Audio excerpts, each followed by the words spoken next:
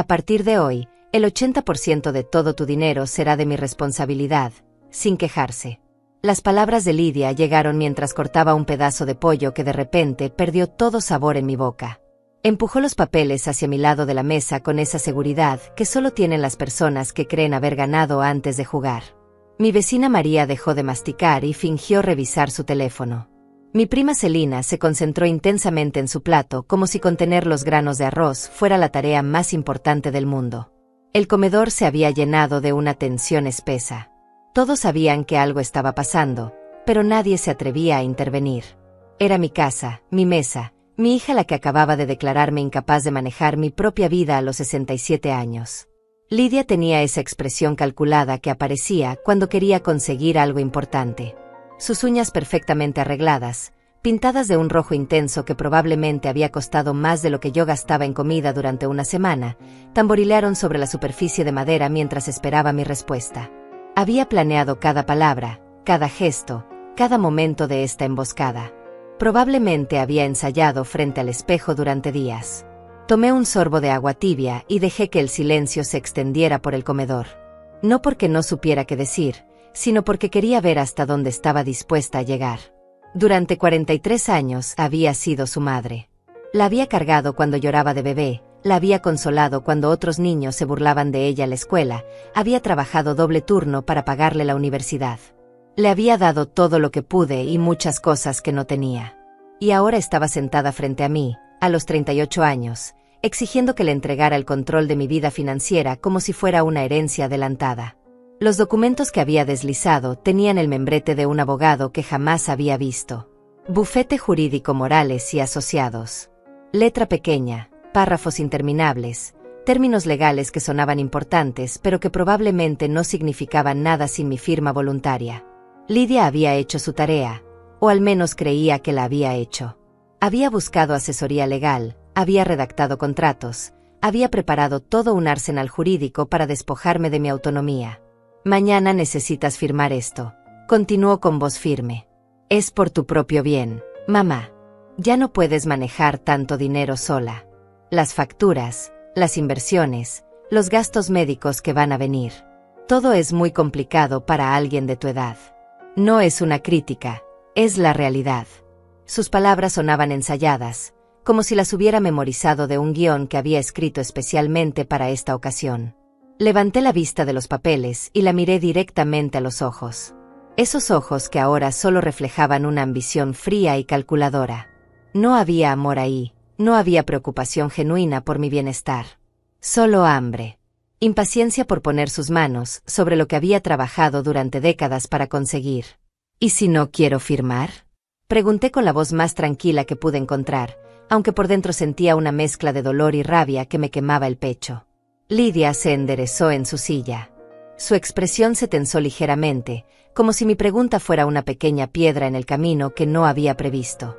Mamá, no seas difícil. Es la mejor decisión para toda la familia. Piensa en el futuro. Además, tú sabes que yo siempre he sido buena con los números. Recuerda cuando te ayudé con los impuestos el año pasado. Te ahorré casi $2,000. Sí, recordaba perfectamente cuando me ayudó con los impuestos. También recordaba haber encontrado después, por casualidad, que había estado revisando mis estados de cuenta bancarios sin mi permiso. Los había fotografiado con su teléfono mientras yo preparaba café en la cocina. Y recordaba esa extraña sensación que me acompañó durante meses, como si alguien estuviera vigilando cada movimiento de mi dinero, cada compra, cada transferencia. María tosió incómoda y buscó su bolso en el respaldo de la silla. Creo que debería irme ya, Rosalía. Muchas gracias por el almuerzo, fue delicioso como siempre. Su voz sonaba forzada, como si hablara a través de una sonrisa tensa. Celina se levantó inmediatamente después. Sí, yo también tengo que irme. Los niños van a llegar pronto de la escuela. En menos de 2 minutos, quedamos solas en el comedor. El sonido de la puerta cerrándose resonó como un telón cayendo antes del acto final de una obra de teatro. Lidia había planeado esto también. Había invitado a las demás para que fueran testigos de su propuesta, para que vieran lo razonable y responsable que sonaba todo, pero también había calculado que se irían cuando la conversación se pusiera seria. El reloj de la pared marcaba las 2:45 de la tarde. El mismo reloj que había comprado cuando me mudé a esta casa hace 20 años, cuando Lidia acababa de terminar la preparatoria y todavía me pedía consejos sobre qué estudiar en la universidad. El mismo reloj que había sido testigo silencioso de tantas conversaciones familiares que ahora parecían haber sido solo preparación para este momento de traición. Lidia se inclinó hacia adelante, acortando la distancia entre nosotras. Su voz cambió, se volvió más suave, más íntima, más manipuladora. Mamá, piénsalo bien. Tienes 67 años. ¿Qué pasa si te enfermas? ¿Qué pasa si tienes un accidente? ¿Qué pasa si empiezas a perder la memoria como le pasó a la abuela? Yo solo quiero protegerte. Proteger lo que has trabajado toda tu vida para que no se pierda por una mala decisión. Protegerme. La palabra sonaba completamente falsa viniendo de sus labios. Durante los últimos 6 meses había comenzado a notar muchas cosas que antes pasaba por alto o justificaba como interés filial. Las preguntas constantes sobre mis finanzas. ¿Cuánto tienes ahorrado, mamá? ¿En qué banco? ¿Tienes inversiones? Las visitas inesperadas cuando sabía que yo estaría revisando documentos importantes. Las sugerencias sutiles sobre cambios de banco, sobre nuevas cuentas de ahorro, sobre inversiones que nunca terminaba de explicar completamente. Mis ahorros no eran poca cosa, y ella lo sabía perfectamente. 40 años trabajando como contadora en la empresa de construcción Velázquez Hermanos. 40 años levantándome a las 5 de la mañana, viviendo modestamente, negándome gustos, invirtiendo cada dólar extra con la disciplina de alguien que creció sabiendo lo que significaba no tener nada. $400,000 que había acumulado con sacrificio, inteligencia y una paciencia infinita. Dinero que había planeado dejarle algún día, cuando la vida siguiera su curso natural. Pero ella quería todo ahora, en vida, sin esperar, sin agradecer. ¿Sabes exactamente cuánto hay en mis cuentas? Le pregunté directamente, observando cada microexpresión en su rostro. Lidia parpadeó y por un segundo perdió esa seguridad teatral que había mantenido durante toda la conversación. No es importante la cantidad exacta, mamá. Lo importante es que esté bien administrado, bien protegido. Que no corras riesgos innecesarios. Mentira. Sabía exactamente cuánto tenía hasta el último centavo. Había estado investigando, calculando, planeando esta maniobra durante meses. Probablemente conocía mis movimientos bancarios de los últimos años mejor que yo misma. Probablemente había hecho ya una lista mental de todo lo que haría con mi dinero una vez que tuviera el control. Me incliné lentamente y alcé mi carpeta de cuero café del suelo, esa que siempre llevaba conmigo a las citas con el banco, a las reuniones con mi contador, a cualquier encuentro que involucrara mis finanzas. La coloqué sobre la mesa con el mismo cuidado deliberado con que ella había colocado sus documentos legales. Lidia frunció el ceño, claramente confundida por mi reacción calmada. Abrí la carpeta exactamente en la página 9. Había marcado esa página la semana anterior con una nota adhesiva rosa que decía «Para Lidia» escrita con mi letra más cuidadosa. Sus ojos se clavaron inmediatamente en el papel y su rostro cambió por completo. El color se desvaneció de sus mejillas como si alguien hubiera desconectado toda la sangre de su cara. Sus manos, que segundos antes tamborileaban confiadas sobre la mesa, comenzaron a temblar de forma casi imperceptible. «¿Qué es esto?», susurró, y por primera vez en toda la tarde, su voz sonó genuina. Asustada. Sonreí por primera vez desde que había llegado. Una sonrisa tranquila, serena, implacable. La sonrisa de alguien que había estado esperando exactamente este momento durante mucho tiempo. «Es tu protección, hija. Y la mía». Todo comenzó hace 6 años, cuando Lidia regresó a vivir conmigo después de su divorcio. Había perdido la casa en el acuerdo, había perdido la mitad de sus ahorros, había perdido esa vida perfecta que siempre presumía en las reuniones familiares. Llegó con 2 maletas, los ojos hinchados de llorar y una historia sobre cómo su exesposo era un manipulador que la había engañado durante años. Yo la recibí con los brazos abiertos, como cualquier madre haría. Los primeros meses fueron difíciles para ella. Lloraba por las noches, se quedaba despierta hasta muy tarde viendo televisión, comía apenas lo suficiente para sobrevivir. Yo cocinaba sus platillos favoritos, la consolaba cuando tenía pesadillas, la acompañaba al abogado cuando necesitaba resolver los últimos detalles del divorcio. Era mi hija, mi única hija, y estaba sufriendo. Hubiera hecho cualquier cosa por ayudarla a sanar. Durante esos primeros 6 meses, Lidia parecía genuinamente agradecida. Me abrazaba por las mañanas, me ayudaba con las compras, incluso limpiaba la casa sin que se lo pidiera. Conversábamos durante horas sobre su futuro, sobre lo que quería hacer con su vida ahora que estaba libre. Habló de retomar su carrera en diseño gráfico, de tal vez mudarse a otra ciudad para empezar de nuevo, de encontrar a alguien que realmente la valorara. Pero algo cambió cuando comenzó a recuperarse emocionalmente. Las conversaciones sobre mudarse se volvieron cada vez más raras. Las menciones sobre encontrar trabajo se espaciaron. En cambio, comenzó a hacer preguntas diferentes. Mamá, ¿nunca has pensado en remodelar la cocina? Esta casa podría valer mucho más si le hiciéramos algunas mejoras. Mamá, ¿por qué tienes el dinero en ese banco tan anticuado? Hay opciones mucho mejores ahora. Al principio pensé que eran conversaciones normales. Una hija preocupada por el bienestar de su madre, interesada en ayudarla a tomar mejores decisiones financieras. Pero las preguntas se volvieron más específicas, más insistentes. ¿Cuánto pagaste por la casa? ¿Cuánto crees que vale ahora? ¿Tienes seguro de vida? ¿Quién es tu beneficiario? El primer año pasó sin que me diera cuenta de lo que realmente estaba sucediendo. Lidia había encontrado trabajo en una agencia de publicidad pequeña, pero su horario era flexible y pasaba mucho tiempo en casa. Comenzó a recibir mi correspondencia cuando yo no estaba. Al principio me pareció útil. Mamá, llegó tu estado de cuenta del banco. Mamá, tienes una carta de la compañía de seguros. Lo dejaba todo ordenado en mi escritorio, separado por tipo de documento. Fue hasta el segundo año cuando comencé a notar cosas extrañas. Mi estado de cuenta bancario había sido abierto antes de que yo lo viera, aunque Lidia juraba que había llegado así. Recibí una llamada del banco preguntando si había autorizado a alguien para solicitar información sobre mis cuentas. Cuando les pregunté quién había llamado, me dijeron que había sido una mujer que se identificó como mi hija. Lidia lo negó rotundamente. Debe haber sido un error, mamá. Tal vez alguien marcó un número equivocado. Los bancos cometen errores todo el tiempo. Su explicación sonaba razonable, y yo quería creer que era solo una coincidencia desafortunada.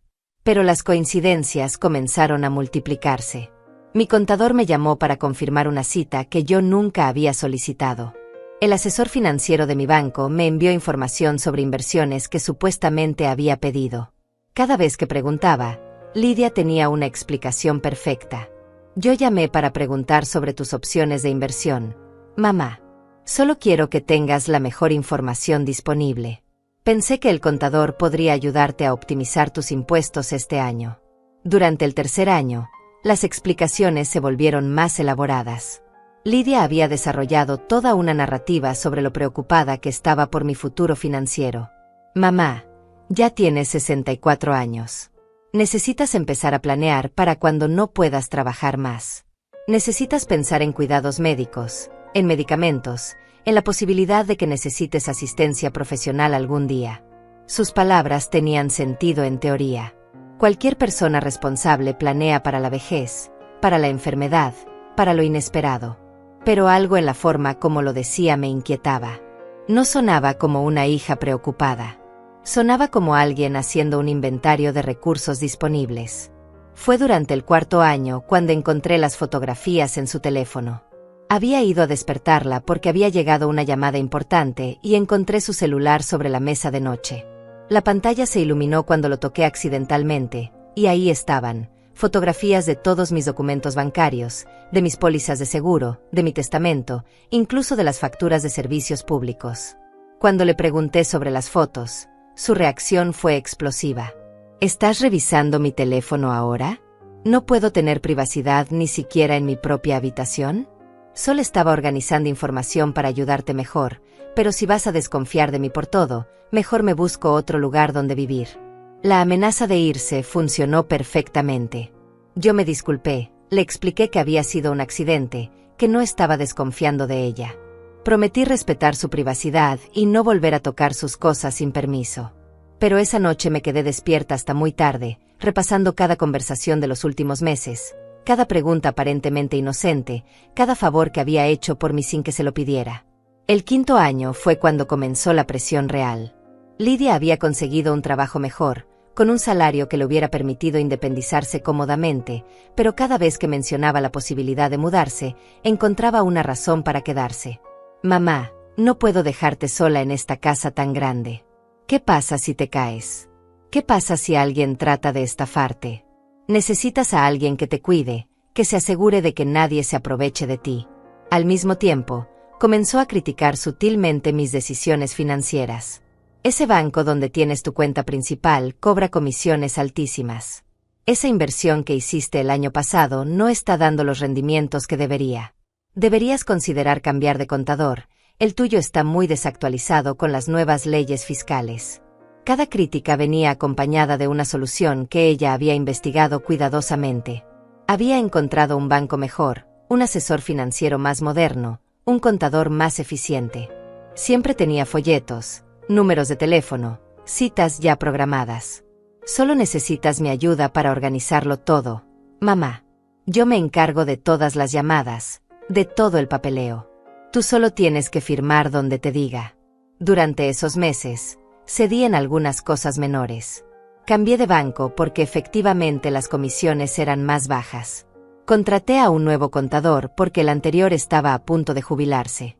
Pero cada cambio significaba que Lidia tenía más acceso a mi información, más oportunidades de involucrarse en mis asuntos. Fue hace exactamente un año cuando finalmente entendí lo que estaba sucediendo. Recibí una llamada de mi antigua amiga Elena, que trabajaba en el departamento de servicio al cliente de mi banco anterior. Rosalía, espero que no te moleste que te llame, pero necesito preguntarte algo. Tu hija vino ayer pidiendo información muy específica sobre las cuentas que tenías con nosotros antes de cambiar de banco. Dijo que necesitaba los datos para ayudarte con una auditoría fiscal, pero algo no me sonó bien. Esa llamada fue como despertar de un sueño largo y confuso. De repente, todas las piezas comenzaron a encajar. Las preguntas constantes, los favores no solicitados, las fotografías de mis documentos, la presión para cambiar de servicios financieros, las visitas a lugares donde no la había autorizado a representarme. Mi propia hija había estado construyendo un expediente completo de mi situación financiera durante 5 años. Había estado preparándose para este momento, para esta conversación, para estos papeles que acababa de deslizar sobre mi mesa con tanta confianza. Pero lo que Lidia no sabía era que yo también había estado preparándome. La llamada de Elena cambió todo. Después de colgar el teléfono, me quedé sentada en mi sala durante horas, mirando las paredes que de repente parecían diferentes, como si la casa ya no fuera completamente mía. Esa noche, cuando Lidia llegó del trabajo, la observé con nuevos ojos. Su forma de saludar, de preguntar sobre mi día, de revisar el correo que había llegado. Todo tenía un propósito diferente al que yo había imaginado durante 5 años. Decidí hacer una prueba pequeña. Al día siguiente, dejé sobre mi escritorio un documento falso que había creado en mi computadora. Era una carta ficticia de un abogado informándome sobre una herencia inesperada de una tía lejana. $25,000 que supuestamente recibiría en las próximas semanas. Lo dejé ahí y fingí que tenía que salir a hacer compras urgentes. Cuando regresé, el documento seguía en su lugar, pero había sido movido ligeramente. Esa noche, durante la cena, Lidia mencionó casualmente que tal vez sería buena idea revisar mis documentos legales pronto. Nunca sabes cuándo puede llegar dinero inesperado, mamá. Es mejor tener todo en orden para evitar problemas con Hacienda. La prueba había funcionado. Mi hija estaba revisando sistemáticamente todo lo que dejaba a su alcance. Pero necesitaba estar completamente segura antes de tomar cualquier decisión drástica. Durante las siguientes semanas, establecí una rutina diferente. Comencé a guardar todos mis documentos importantes en una caja fuerte que instalé en mi closet, y solo dejaba fuera información irrelevante o falsa. Creé varios documentos más de prueba. Un estado de cuenta bancario ficticio que mostraba una cuenta con $50,000 más de los que realmente tenía. Una carta de una compañía de inversiones ofreciéndome participar en un proyecto inmobiliario. Una notificación falsa sobre la revaluación de mi casa que duplicaba su valor real. Cada documento que dejaba era revisado. Cada cifra que inventaba aparecía después en las conversaciones casuales de Lidia. Mamá, ¿has pensado en invertir en bienes raíces? El mercado está muy bueno ahora. Mamá, Tal vez deberías considerar refinanciar la casa, podríamos aprovechar el aumento de valor. Pero la confirmación definitiva llegó un martes por la tarde, cuando decidí seguirla. Lidia me había dicho que tenía una cita con el dentista, pero algo en su manera de evitar mi mirada me hizo sospechar. La seguí manteniendo una distancia prudente y la vi entrar al edificio donde trabajaba mi contador actual, el mismo que ella me había recomendado cambiar el año anterior. Esperé en mi auto durante 2 horas hasta que la vi salir. Esa noche confronté directamente a mi contador. ¿Recibiste la visita de mi hija hoy? Su reacción fue inmediata e incómoda. Señora Florenzo, yo pensé que usted la había enviado. Ella dijo que necesitaba copias de sus declaraciones fiscales de los últimos 5 años para ayudarla con una solicitud de crédito. Mi mundo se desmoronó esa noche. No era solo curiosidad o preocupación filial. Lidia había estado construyendo un perfil financiero completo sobre mí, visitando a mis asesores profesionales, obteniendo información confidencial haciéndose pasar por mi representante autorizada. Y lo más aterrador era lo bien que lo había hecho. Cada paso había sido calculado, cada mentira había sido creíble. Al día siguiente, contraté los servicios de un investigador privado. Necesitaba saber exactamente qué había estado haciendo Lidia durante los últimos años, con quién había hablado, qué información había obtenido. El investigador, un hombre mayor llamado Eliseo Palma, había trabajado durante décadas en casos de fraude familiar. Señora Florenzo, lo que me está describiendo es más común de lo que la gente piensa, me dijo durante nuestra primera reunión. Los hijos que planean controlar las finanzas de sus padres mientras aún están vivos suelen seguir patrones muy similares. Necesito que me dé una lista de todas las instituciones financieras donde tiene cuentas, todos los profesionales que manejan sus asuntos, y cualquier cambio significativo que haya hecho en los últimos años. La investigación tomó 3 semanas. Los resultados fueron devastadores. Lidia había visitado mis 3 bancos principales, se había reunido con mi anterior asesor financiero, había hablado con la compañía de seguros donde tengo mi póliza de vida, e incluso había consultado con 2 abogados especialistas en tutorías legales. En cada lugar, había usado una historia diferente para justificar su necesidad de información. En el banco principal, había dicho que yo estaba comenzando a mostrar signos de deterioro mental y que la familia estaba preocupada. En la compañía de seguros, había explicado que yo había tenido algunos episodios de confusión y que ella quería estar preparada para actuar en caso de emergencia. Con los abogados, había preguntado específicamente sobre los procedimientos para obtener poder legal sobre las finanzas de un padre mayor. El investigador también descubrió algo que me heló la sangre. Lidia había estado documentando cada uno de mis olvidos menores, cada vez que no recordaba dónde había puesto las llaves, cada ocasión en que repetía una historia. Tenía un archivo en su computadora titulado Evidencia de deterioro cognitivo, que contenía notas detalladas sobre mis supuestos episodios de confusión. ¿Dónde guardó mi cartera la semana pasada? ¿Por qué le conté la misma anécdota sobre mi infancia 2 veces en el mismo mes? ¿Por qué no recordé inmediatamente el nombre del hijo de mi vecina? Todo había sido registrado, fechado, catalogado como evidencia de mi supuesta incapacidad mental. Pero lo más perturbador era la carpeta que había creado sobre mi rutina diaria. Horarios de cuando salía de casa, cuando iba al banco, cuando recibía correspondencia importante. Había fotografiado mi agenda personal, había copiado los números de teléfono de mis contactos, había creado un mapa detallado de todos mis movimientos y hábitos. El investigador me mostró también los registros de llamadas que había logrado obtener. Durante los últimos 2 años, Lidia había contactado a mis profesionales financieros un promedio de 3 veces por mes. Siempre con historias coherentes, siempre sonando como una hija preocupada y responsable. Señora Florenzo, su hija ha estado ejecutando un plan muy sofisticado, me explicó Eliseo. Ha establecido credibilidad con todas las personas que manejan sus asuntos, ha documentado supuestas evidencias de su incapacidad, y ha investigado todos los mecanismos legales necesarios para obtener control sobre sus finanzas. Lo único que le falta es su firma en los documentos apropiados. Esa noche, cuando Lidia llegó a casa, yo ya tenía claro lo que enfrentaba. No era solo una hija codiciosa. Era una manipuladora experta que había convertido mi bienestar en un proyecto de 5 años. Había estudiado cada ley, cada procedimiento, cada estrategia posible para despojarme de mi autonomía financiera. Durante la cena, la observé actuar. Su preocupación aparentemente genuina cuando mencioné que había tenido dolor de cabeza. Su insistencia en que debería hacerme exámenes médicos más frecuentes. Su sugerencia sutil de que tal vez era tiempo de simplificar mis finanzas para evitar estrés innecesario. Todo era performance. Cada gesto de cariño filial era en realidad parte de una estrategia más amplia. Lidia no estaba cuidándome, estaba construyendo un caso legal para demostrar que yo necesitaba que alguien más controlara mi vida. Pero había algo que ella no había calculado en su plan perfecto. Yo también sabía cómo planear. Y llevaba 6 meses preparando mi propia estrategia. Esa noche, después de que Lidia se durmió, saqué mi carpeta de cuero café y revisé cada documento que había estado recopilando.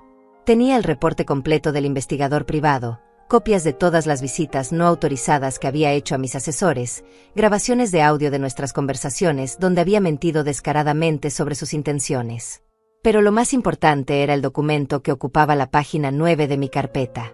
Un documento que había firmado la semana anterior en presencia de un notario y 2 testigos. Un documento que cambiaría todo el balance de poder entre nosotras. Lidia creía que tenía todas las cartas. Mañana descubriría que yo había estado jugando un juego completamente diferente. La mañana siguiente a mi descubrimiento sobre el archivo de deterioro cognitivo, desperté con una claridad que no había sentido en años. Por primera vez en mucho tiempo, sabía exactamente qué tenía que hacer. Lidia había pasado 5 años construyendo su estrategia, pero yo tenía algo que ella no había considerado, la experiencia de 4 décadas trabajando como contadora, donde había visto todos los tipos de fraude financiero imaginables. Mi primer movimiento fue contactar a un abogado diferente, alguien que Lidia no conociera ni pudiera rastrear. Encontré a Luciano Acevedo a través de una recomendación de Elena, mi amiga del banco. Era especialista en derecho familiar y tenía más de 20 años de experiencia en casos de manipulación financiera entre familiares. Señora Florenzo, lo que me está describiendo es un caso clásico de lo que llamamos preparación para tutela fraudulenta, me explicó durante nuestra primera reunión. Su hija ha estado construyendo un expediente para demostrar que usted es incapaz de manejar sus propios asuntos. El próximo paso en su plan probablemente será presentar una petición legal para obtener tutela sobre usted, alegando deterioro mental. ¿Pueden hacer eso sin mi consentimiento?, pregunté, aunque ya sospechaba la respuesta. Sí, si presentan evidencia convincente ante un juez de que usted no está en condiciones de tomar decisiones financieras racionales. El proceso se llama tutela involuntaria, y es sorprendentemente fácil de obtener cuando se presenta correctamente.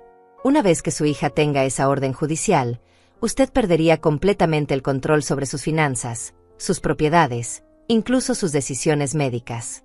Las palabras del abogado me helaron la sangre, pero también me dieron la motivación final que necesitaba. Lidia no solo quería mi dinero, quería convertirme legalmente en una incapacitada mental. Quería que un juez declarara oficialmente que yo era demasiado senil para cuidar de mí misma. Necesito que prepare varios documentos, le dije a Luciano. Primero, quiero cambiar completamente mi testamento.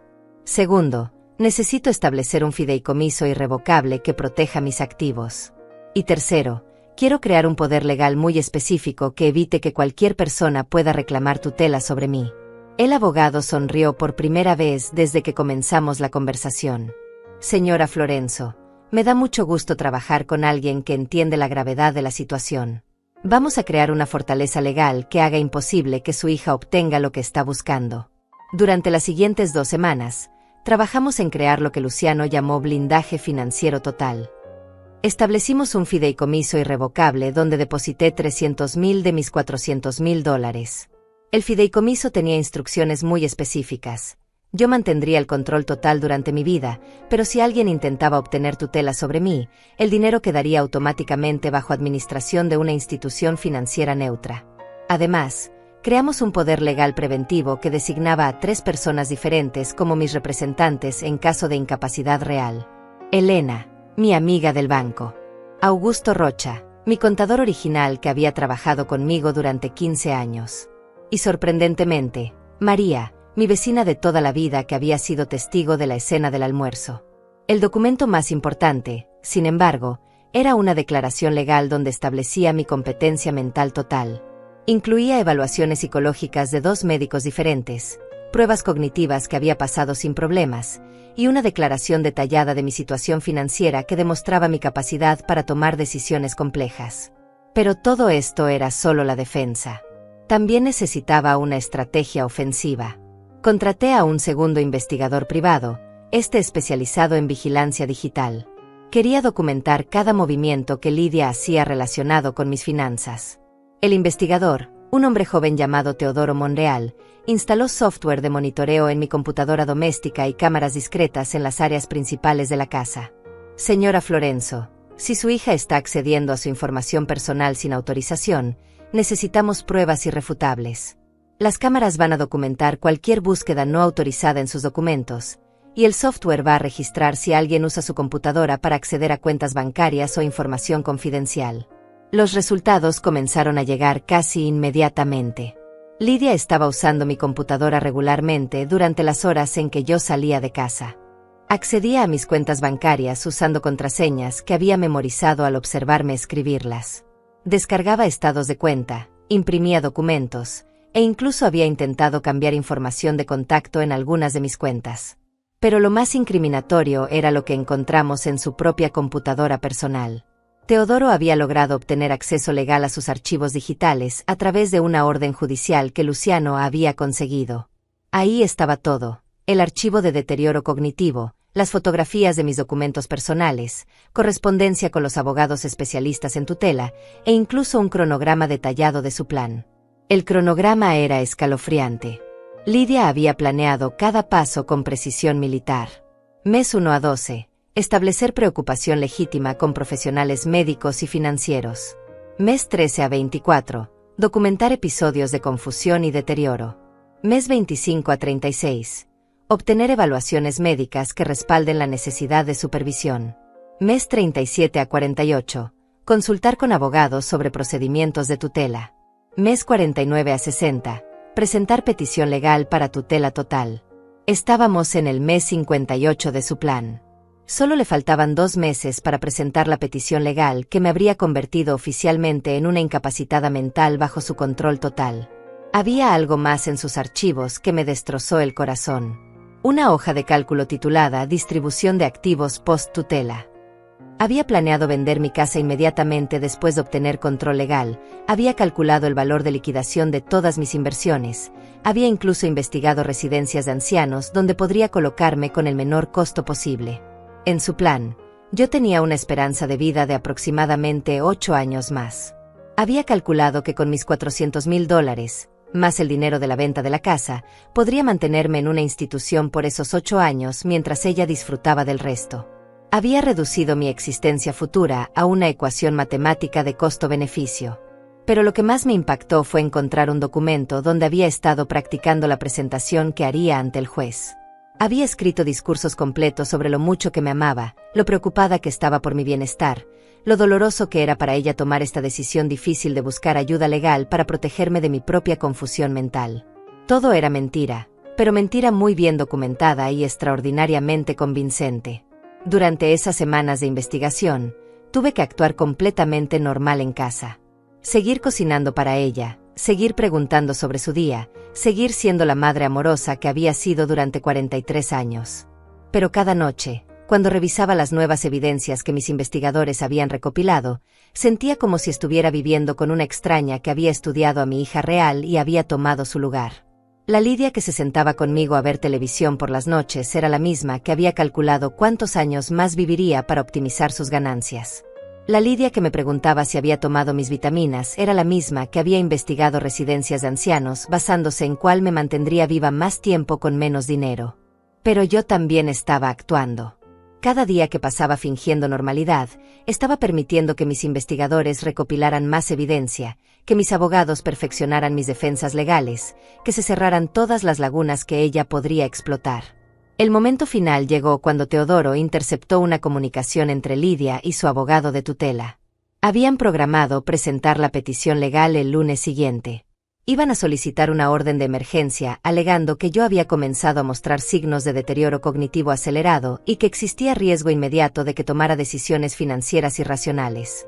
Era el fin de semana antes de su ataque final. Y yo había preparado mi contraataque perfecto. El domingo por la noche, mientras Lidia dormía, coloqué todos los documentos en mi carpeta de cuero café. Página tras página de evidencia irrefutable de su plan de 5 años. Fotografías, grabaciones, documentos legales, cronogramas, correspondencia con abogados. Y en la página 9, el documento que cambiaría todo, una orden de restricción que prohibía a Lidia acceder a cualquiera de mis cuentas, propiedades o información personal, acompañada de una demanda civil por fraude, manipulación financiera y usurpación de identidad. Mañana, durante el almuerzo, cuando ella deslizara sus papeles exigiendo el 80% de mi dinero, yo estaría lista con mi respuesta definitiva. El lunes por la mañana desperté a las 5, 2 horas antes de mi horario habitual.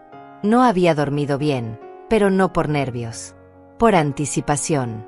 Después de 5 años de ser la víctima inconsciente de una manipulación elaborada, finalmente había llegado el día en que recuperaría el control total de mi vida. Lidia seguía durmiendo cuando preparé mi café. Había notado que durante las últimas semanas se levantaba más tarde, probablemente porque sabía que su gran momento estaba cerca y se permitía relajarse antes del golpe final. Lo que no sabía era que ese golpe final se lo iba a llevar ella. Mientras desayunaba sola en la cocina, repasé mentalmente cada elemento de mi plan. Durante los últimos 3 meses, había coordinado todos los movimientos con la precisión que solo pueden tener 4 décadas de experiencia manejando números y detalles complejos. Cada documento estaba en su lugar exacto dentro de mi carpeta. Cada testigo sabía exactamente cuándo debía llegar.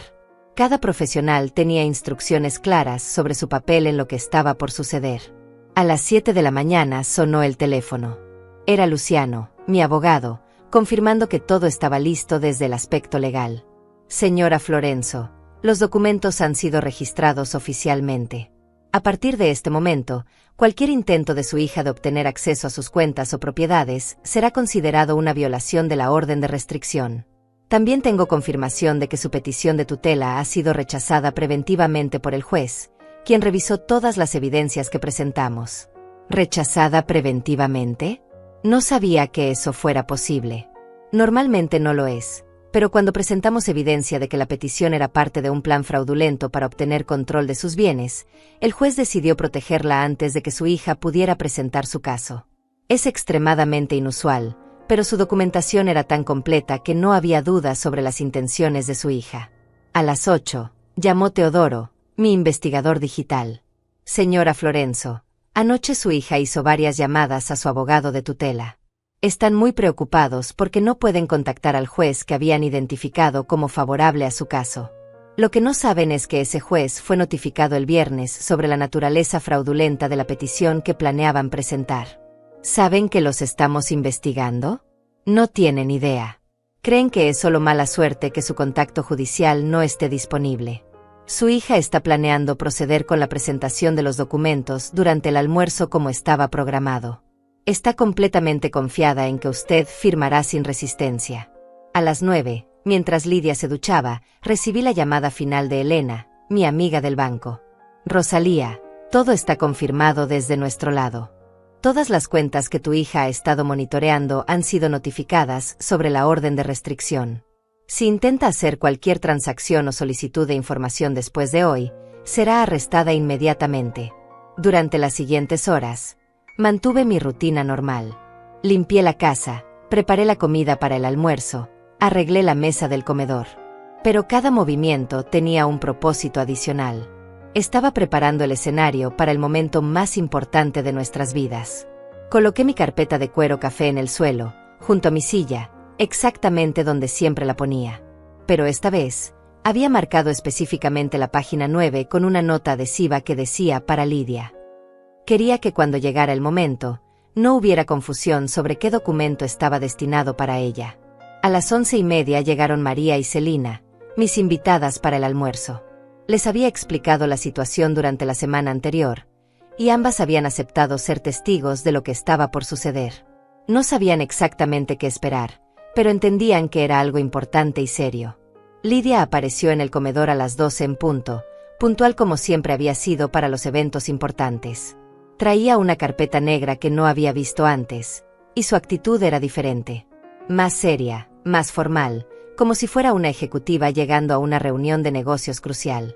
Durante la primera media hora del almuerzo, todo transcurrió normalmente. Conversamos sobre el clima, sobre las noticias, sobre los planes de María para visitar a sus nietos. Pero yo podía sentir la tensión creciendo. Lidia revisaba discretamente su reloj, tomaba sorbos pequeños de agua, apenas tocaba su comida. Estaba esperando el momento perfecto para hacer su presentación. Finalmente, después de que termináramos el plato principal, Lidia aclaró su garganta. «Mamá, hay algo importante que necesitamos discutir hoy. He estado muy preocupada por tu bienestar, y después de consultar con varios profesionales, creo que ha llegado el momento de hacer algunos cambios importantes en cómo manejas tus finanzas». María y Celina intercambiaron miradas incómodas, pero se quedaron en sus asientos. Sabían que esto era exactamente lo que yo había anticipado. «Durante los últimos meses», continuó Lidia, «he notado que a veces te confundes con números importantes, olvidas fechas de pagos, repites las mismas preguntas sobre dinero. No es tu culpa, es completamente normal a tu edad, pero necesitamos tomar medidas preventivas antes de que se convierta en un problema serio». Su actuación era perfecta. Sonaba genuinamente preocupada, amorosa, responsable. Si yo no hubiera sabido la verdad, probablemente habría creído cada palabra. «He preparado algunos documentos que van a facilitar que yo pueda ayudarte con todas estas responsabilidades complicadas.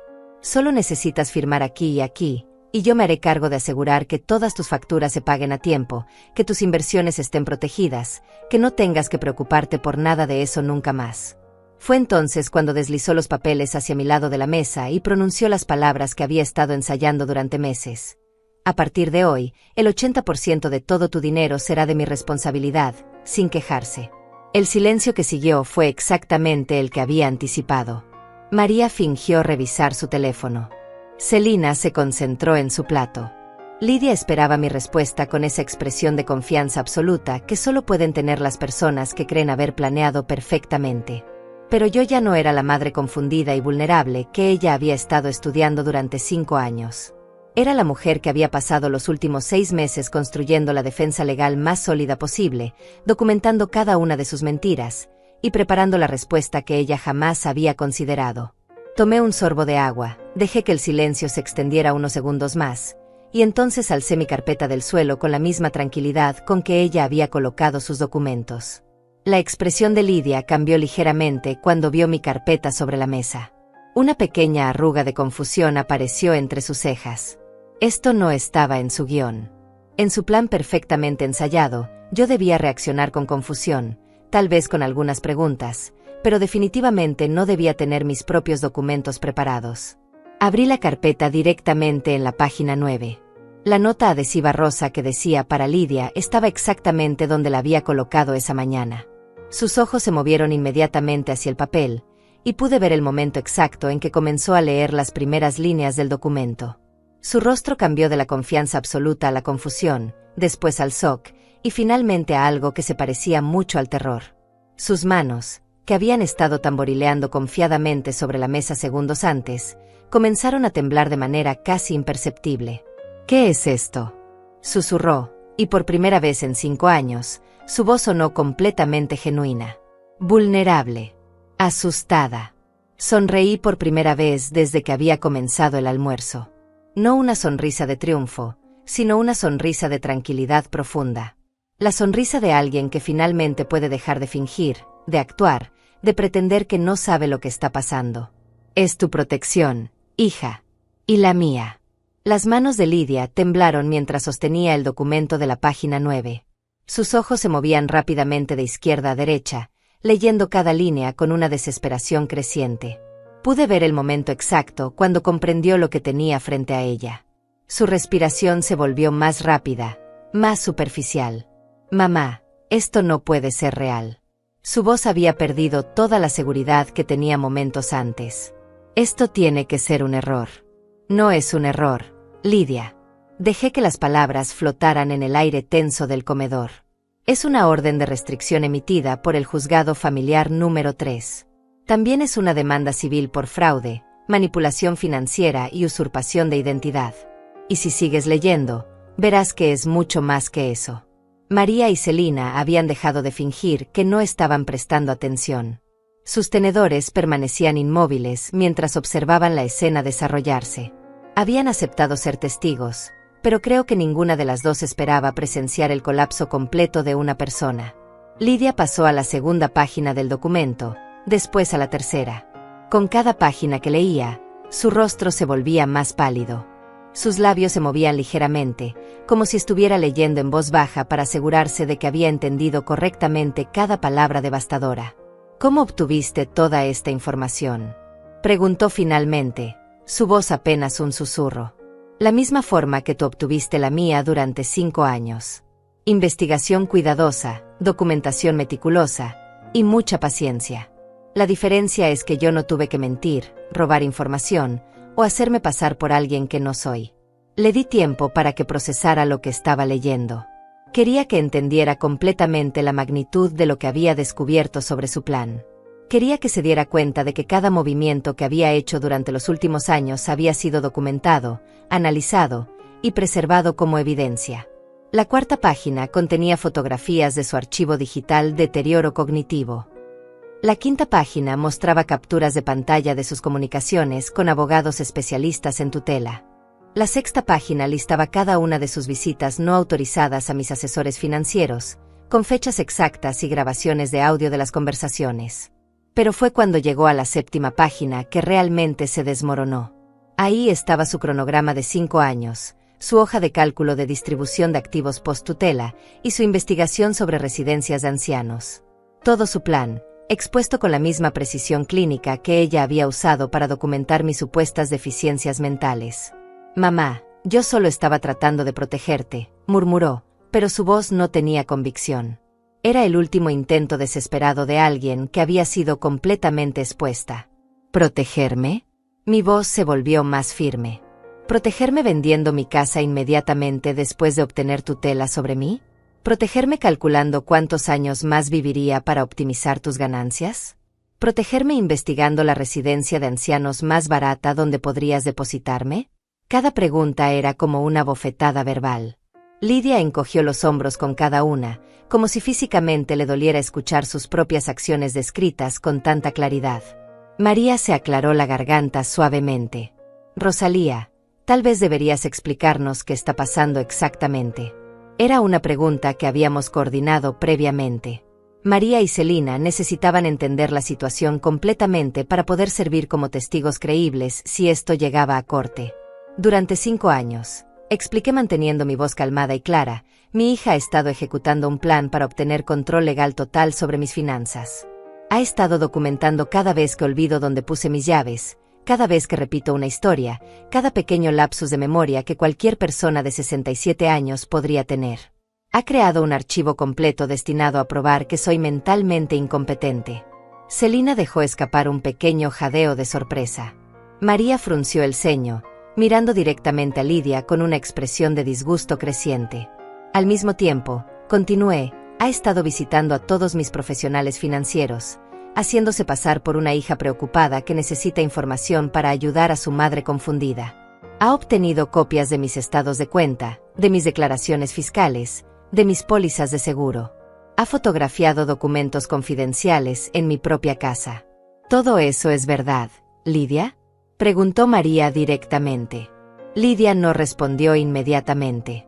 Sus ojos seguían fijos en los documentos, como si esperara que las palabras cambiaran mágicamente si las miraba con suficiente intensidad. Y el plan final, agregué, era presentar una petición de tutela involuntaria esta semana. Iba a pedirle a un juez que me declarara legalmente incapaz de manejar mis propios asuntos, basándose en 5 años de evidencia fabricada. Una vez que obtuviera esa orden judicial, yo habría perdido completamente el control sobre mi dinero, mi casa, incluso mis decisiones médicas. El silencio que siguió fue diferente al de antes. No era incómodo, era pesado. María y Celina miraban a Lidia con una mezcla de shock y decepción que era casi palpable. Lidia finalmente levantó la vista de los documentos. «Mamá, nunca habría permitido que te pasara nada malo. Solo quería asegurarme de que estuvieras cuidada». ¿Cuidada en una residencia de ancianos que cuesta $1,200 al mes? ¿Cuidada vendiendo la casa donde he vivido durante 20 años sin consultarme? ¿Cuidada calculando exactamente cuánto tiempo podías mantenerme viva con mi propio dinero? Su mentira final se desmoronó ante la evidencia irrefutable. No podía negar lo que estaba claramente documentado en sus propios archivos digitales. Pasé a la 8ª página de mi carpeta. Quería que viera todo antes del golpe final.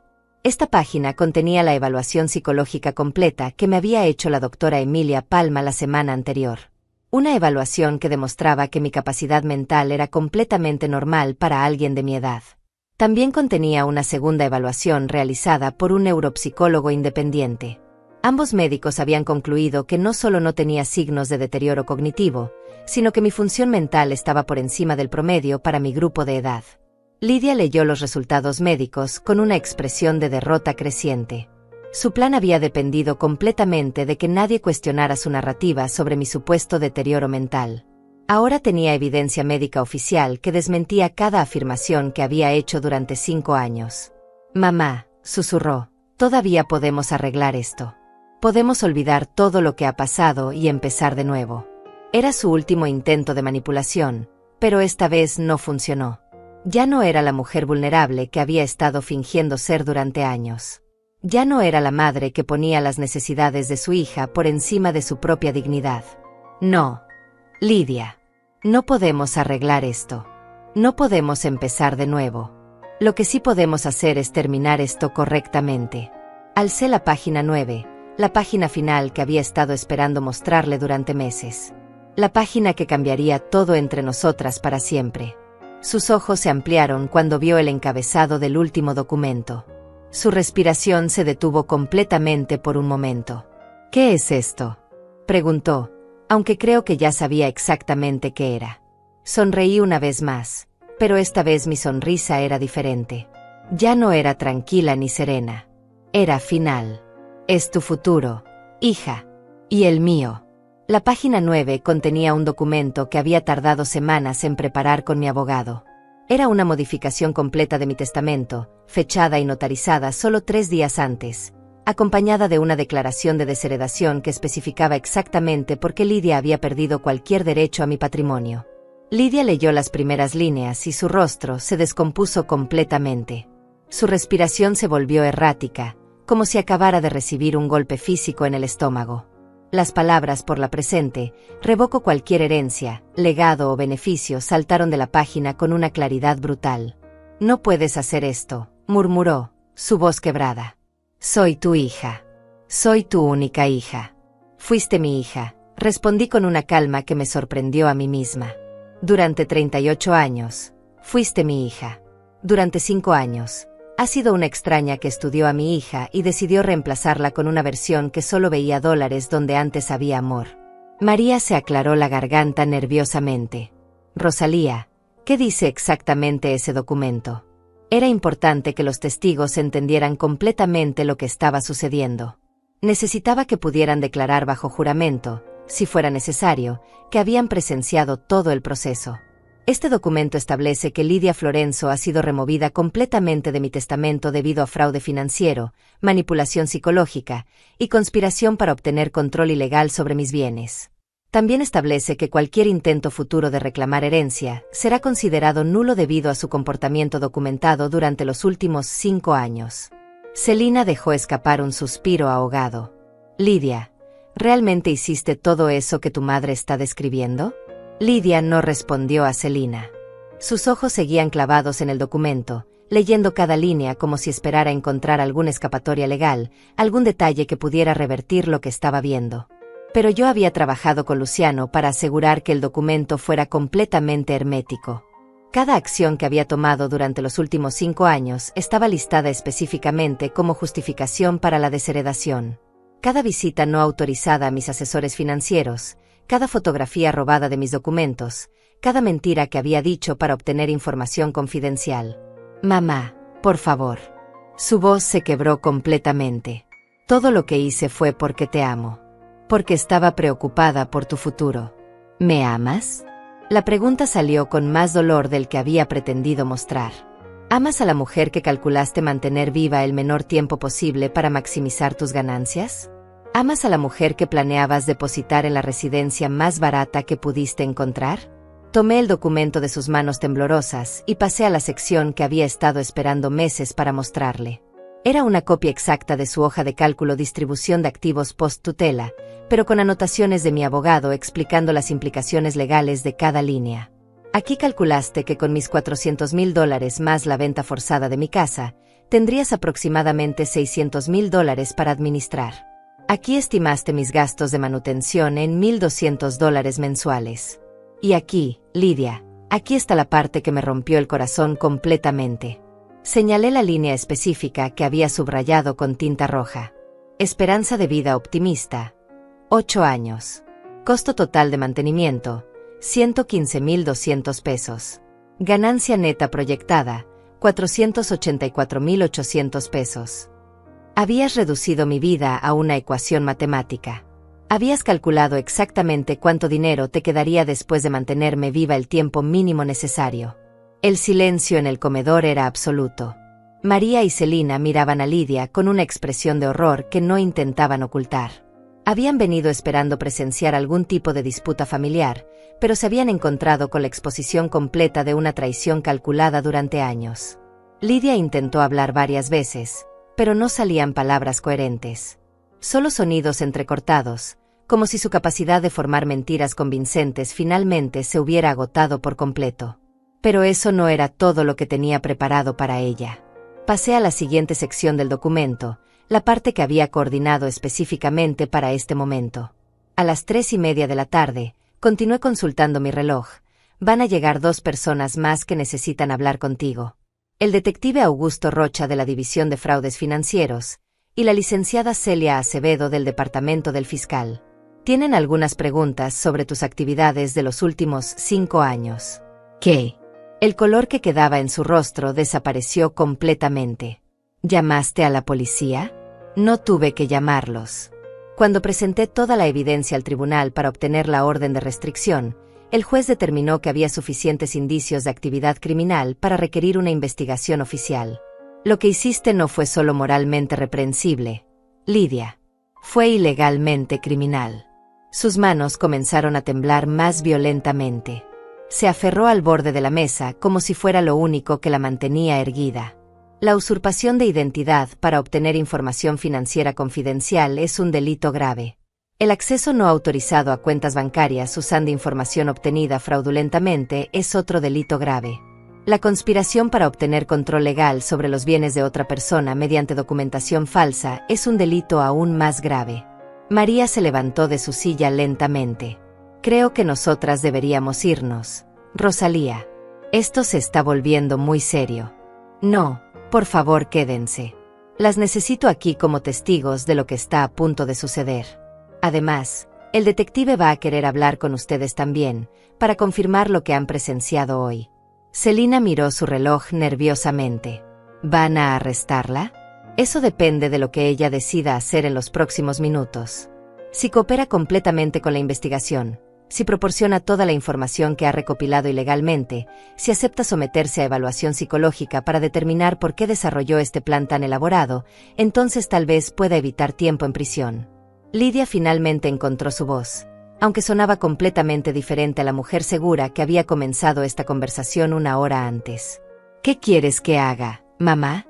Era la primera vez en 5 años que su pregunta sonaba genuina. No calculada, no manipulativa, no parte de un plan más amplio. Solo desesperada y completamente derrotada. Quiero que me digas la verdad. Por primera vez en 5 años, quiero que me digas exactamente qué estabas planeando hacer conmigo. Quiero que reconozcas lo que realmente soy para ti ahora. Lidia bajó la vista hacia sus manos temblorosas. Cuando habló, su voz era apenas un susurro. Pensé que sería fácil. Pensé que nunca te darías cuenta. Pensé que podrías vivir cómodamente con una pequeña parte del dinero mientras yo invertía el resto inteligentemente. Nunca quise lastimarte realmente. ¿Y cuándo cambió eso? ¿Cuándo decidiste que sería más eficiente depositarme en una institución? Su silencio fue respuesta suficiente. Había llegado al punto donde ya no podía construir más mentiras, donde ya no podía reformular sus acciones como algo benevolente. El sonido del timbre resonó a través de la casa exactamente a las 3:30. Lidia levantó la vista con pánico absoluto en sus ojos. Son ellos, dije levantándome de mi silla por primera vez desde que había comenzado el almuerzo. Es hora de que enfrentes las consecuencias de 5 años de decisiones muy cuidadosamente calculadas. Caminé hacia la puerta, dejando a Lidia sola en el comedor con las testigos y con los documentos que habían destruido completamente el mundo que había construido a mis expensas. Cuando abrí la puerta, el detective Rocha y la licenciada Acevedo estaban esperando con expresiones profesionalmente serias. Señora Florenzo, comenzó el detective, estamos aquí para hablar con su hija sobre las alegaciones que ha presentado. ¿Está preparada para proceder? Completamente preparada, respondí. Ella los está esperando en el comedor. Mientras los guiaba hacia donde Lidia seguía sentada, inmóvil y derrotada, sentí algo que no había experimentado en 5 años. Libertad completa. El detective Augusto Rocha era un hombre de aproximadamente 50 años, con el tipo de presencia tranquila pero autoritaria que solo desarrollan décadas trabajando en crímenes financieros.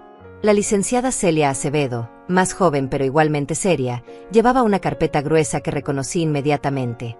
Era una copia de toda la evidencia que había proporcionado a las autoridades durante las últimas semanas. Lidia los miró entrar al comedor como si fueran fantasmas materializándose de sus peores pesadillas.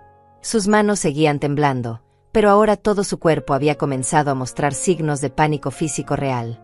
Señorita Florenzo, comenzó el detective con voz profesional pero no hostil, soy el detective Rocha y esta es la licenciada Acevedo del departamento del fiscal. Necesitamos hacerle algunas preguntas sobre ciertas actividades que han sido reportadas en relación con las finanzas de su madre. María y Celina intercambiaron miradas nerviosas. Celina susurró, ¿deberíamos irnos? En realidad, señoras, les agradecería que se quedaran, respondió la licenciada Acevedo. Entiendo que han sido testigos de eventos importantes hoy. Sus testimonios podrían ser relevantes para nuestra investigación. El detective sacó una grabadora digital pequeña y la colocó en el centro de la mesa. Con su permiso, vamos a grabar esta conversación para propósitos oficiales. Señorita Florenzo, ¿comprende que tiene derecho a permanecer en silencio y a solicitar un abogado antes de responder cualquier pregunta? Lidia asintió débilmente, pero no dijo nada. Sus ojos seguían moviéndose entre la grabadora, los documentos esparcidos sobre la mesa, y mi rostro, como si estuviera buscando alguna señal de que esto era solo una pesadilla elaborada. La licenciada Acevedo abrió su carpeta y sacó una serie de documentos que reconocí inmediatamente. Eran copias de los archivos digitales de Lidia, las fotografías que había tomado de mis documentos personales, y las transcripciones de sus comunicaciones con abogados especialistas en tutela. Señorita Florenzo, ¿reconoce estos documentos? La licenciada colocó la primera página frente a Lidia. Esta es una captura de pantalla de un archivo en su computadora personal titulado Deterioro Cognitivo. ¿Puede explicarnos el propósito de este archivo? Lidia miró el documento como si fuera un objeto extraño. Yo solo estaba preocupada por mi madre. Quería documentar cualquier cosa que pudiera indicar que necesitaba ayuda. ¿Ayuda médica?, preguntó el detective. No, ayuda financiera. Para proteger sus ahorros. La licenciada Acevedo pasó a la siguiente página. Esta es una fotografía de un estado de cuenta bancario perteneciente a su madre, tomada con su teléfono celular el 15 de marzo de este año. ¿Tenía autorización de su madre para fotografiar este documento? El silencio se extendió por varios segundos. Lidia sabía que cualquier respuesta que diera la incriminaría más profundamente. Señorita Florenzo, continuó el detective, necesitamos que responda a las preguntas. Su silencio puede ser interpretado como admisión de culpabilidad. No tenía permiso específico, murmuró Lidia finalmente. ¿Y esta? La licenciada mostró otra fotografía. Esta es una imagen de la póliza de seguro de vida de su madre, también tomada con su teléfono. ¿Tenía permiso para fotografiar este documento? No. ¿Y esta? Era una fotografía del testamento original que yo había guardado en mi escritorio. ¿Tenía permiso para fotografiar el testamento de su madre? No. El interrogatorio continuó durante 20 minutos más. Cada documento, cada fotografía ilegal, cada acceso no autorizado a información confidencial fue presentado metódicamente. Con cada pregunta, Lidia se veía más pequeña, más derrotada, más consciente de la magnitud legal de lo que había hecho. Pero el momento más devastador llegó cuando el detective sacó una transcripción de las comunicaciones entre Lidia y su abogado de tutela. Señorita Florenzo, según estos registros, usted consultó con el licenciado Teodoro Monreal sobre los procedimientos para obtener tutela legal sobre su madre. ¿Es correcto que discutieron específicamente cómo presentar evidencia de incompetencia mental para obtener control sobre las finanzas de su madre? Lidia ya no podía negar nada. La evidencia era demasiado completa, demasiado específica. Sí, pero nunca quise lastimarla realmente. Solo pensé que sería mejor si yo manejaba el dinero. ¿Mejor para quién?, preguntó la licenciada Acevedo con unas sharpness que hizo que Lidia se encogiera visiblemente. Para ambas. La licenciada sacó entonces el documento que sabía que sería el golpe final, la hoja de cálculo de distribución de activos post-tutela. ¿Puede explicarnos este documento, señorita Florenzo? Específicamente esta línea donde calculó la ganancia neta proyectada después de los gastos de mantenimiento de su madre durante 8 años. Lidia miró el documento y comenzó a llorar por primera vez desde que había comenzado todo el proceso. No era el llanto manipulativo que había usado durante años para conseguir lo que quería. Era el llanto de alguien que finalmente comprendía que había destruido completamente su relación con la única persona que realmente la había amado incondicionalmente. Yo pensé que podría cuidarla mejor si tenía control del dinero. Pensé que podría hacer que durara más tiempo, que podría invertirlo inteligentemente. ¿Y los $1,200 mensuales que calculó para su mantenimiento?, preguntó el detective. ¿Esa cantidad incluía mantenerla en su propia casa, o había considerado otras opciones de alojamiento? Lidia no respondió, pero yo sí. Detective, si revisa la página siguiente de su investigación, encontrará que mi hija investigó 3 residencias de ancianos diferentes. Los $1,200 correspondían a la opción más económica que pudo encontrar. El shock en los rostros de María y Celina fue palpable. Una cosa era escuchar sobre manipulación financiera en abstracto, pero ver los números específicos, ver la planificación fría y calculada de cómo manejar mi vejez para maximizar las ganancias de Lidia, era completamente diferente. La licenciada Acevedo cerró su carpeta lentamente. Señorita Florenzo, basándose en la evidencia que hemos revisado hoy, y en sus admisiones durante este interrogatorio, vamos a presentar cargos formales por fraude financiero, usurpación de identidad y conspiración para obtener control ilegal sobre los bienes de otra persona. ¿Voy a ir a la cárcel? La voz de Lidia era la de una niña asustada, no la de la mujer de 38 años que había estado ejecutando un plan criminal durante 5 años. Eso dependerá de varios factores, respondió el detective. Su cooperación con nuestra investigación, su voluntad de proporcionar toda la información que ha recopilado ilegalmente, y la recomendación del juez durante la sentencia. Pero sí, señorita Florenzo, existe una alta probabilidad de tiempo en prisión. Lidia me miró directamente por primera vez desde que habían llegado los investigadores. En sus ojos no vi la hija que había criado durante décadas, ni la manipuladora calculadora que había estado viviendo en mi casa durante 5 años. Vi a una extraña que había apostado todo a un plan que había subestimado completamente a su objetivo. Mamá, susurró, ¿hay algo que pueda hacer para arreglar esto? Era su última pregunta como mi hija. Su última oportunidad de decir algo que pudiera cambiar el curso de lo que estaba sucediendo. Me levanté de mi silla lentamente y caminé hacia donde ella seguía sentada, rodeada por la evidencia de 5 años de traición meticulosamente planificada. Sí, Lidia. Hay algo que puedes hacer.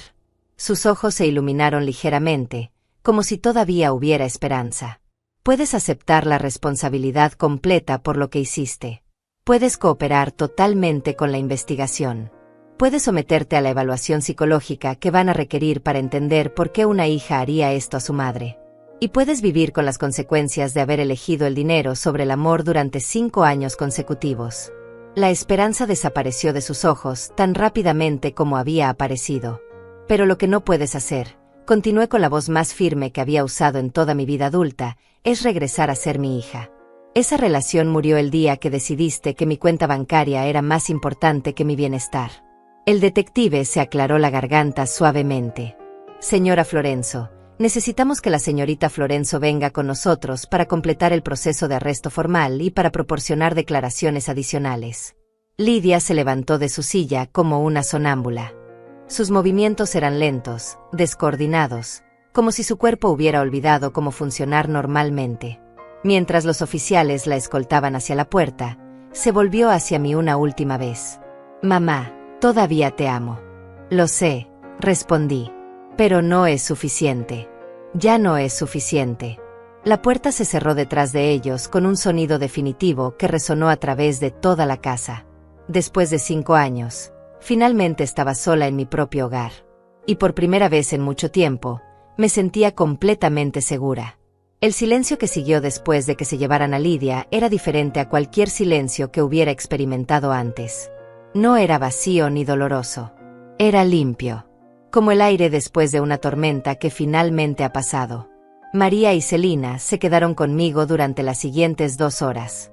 No hablamos mucho sobre lo que acabábamos de presenciar. Era demasiado grande, demasiado complejo para procesarlo inmediatamente. En cambio, hicimos cosas normales. Limpiamos los platos del almuerzo, preparamos té, nos sentamos en la sala como habíamos hecho cientos de veces antes. Pero todo se sentía diferente ahora. Más ligero. Cuando finalmente se fueron, me quedé sola en mi casa por primera vez en 6 años. Caminé lentamente de habitación en habitación, reconociendo mi propio espacio como si lo estuviera viendo por primera vez. Esta era mi casa, comprada con mi dinero, decorada según mis gustos, llena de recuerdos que eran completamente míos. Fui a mi habitación y saqué una caja que había guardado en el fondo de mi closet durante décadas. Contenía fotografías de Lidia desde que era bebé hasta que se graduó de la universidad. La pequeña niña de ojos brillantes que corría hacia mí cuando llegaba del trabajo. La adolescente que me pidió consejos sobre su primer novio. La joven adulta que me agradeció en su discurso de graduación por haberle dado las herramientas para triunfar en la vida. Esa persona había existido realmente. No era una ilusión, no era un recuerdo falso. Pero había dejado de existir en algún momento durante los últimos años, reemplazada por alguien que había aprendido a ver a las personas como recursos financieros en lugar de seres humanos. Coloqué las fotografías sobre mi cama y las miré durante largo tiempo. Sentí tristeza, pero no arrepentimiento. Había amado a mi hija completamente durante 38 años. Había hecho todo lo que una madre podía hacer para criarla con valores sólidos y amor incondicional. Si había elegido abandonar esos valores para perseguir mi dinero, esa había sido su decisión, no la mía. El teléfono sonó cerca de las 7 de la noche. Era Luciano, mi abogado, llamando para informarme sobre los procedimientos legales que seguirían. Señora Florenzo, acabo de hablar con la licenciada Acevedo. Su hija ha sido procesada formalmente y liberada bajo fianza con la condición de que no intente contactarla ni acceder a ninguna de sus cuentas o propiedades. Su juicio está programado para dentro de 3 meses. ¿Qué posibilidades hay de que vaya a prisión? Basándose en la evidencia que hemos presentado y en sus confesiones durante el interrogatorio de hoy, diría que hay un 80% de posibilidades de que reciba tiempo de cárcel. La conspiración para obtener tutela fraudulenta es un delito grave, especialmente cuando se combina con usurpación de identidad y fraude financiero. Me quedé en silencio por un momento, procesando lo que significaba que mi única hija pudiera pasar los próximos años en prisión. Señora Florenzo, ¿está bien? Sí, respondí honestamente. Estoy bien. Por primera vez en 5 años, estoy completamente bien. Después de colgar, preparé una cena simple para mí misma.